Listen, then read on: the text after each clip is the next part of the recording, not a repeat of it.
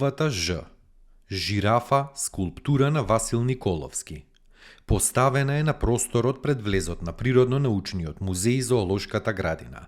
Станува збор за скулптура висока 8,5 метри изработена од челик, поставена во 2009 година заедно со другите скулптури избрани на огласот на Министерството за култура по избор на стручно жири. Акцијата за поставување во краток временски период на десетици скулптури е дел од проектот Скопје 2014. Жена која медитира, скулптура од авторот Томо Бундовски.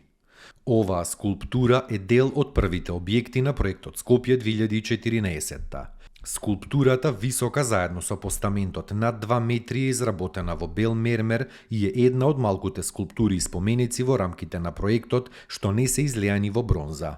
Бундовски е еден од 26 автори избрани на јавен конкурс распишан од Министерството за култура во 2008 година за поставување на 35 скулптури во централното градско подрачје. Жичницата Милениумски крст. Оваа жичница се наоѓа на надморска височина од 570 метри, висинска разлика од 480 метри, должина од 1600 метри. Се движи со брзина од 6 метри во секунда и оваа должина ја совладува за 4 минути и 18 секунди. Патниците се распоредуваат во 28 кабини за по 8 патници и 2 кабини за 4 патника. Вкупниот капацитет на жичницата е 1160 патници на час. Изградена е од австријска фирма Допелмаер заедно со неколку македонски фирми како и произведувачи. Жичарницата е пуштена во употреба на 3 јуни 2011 година.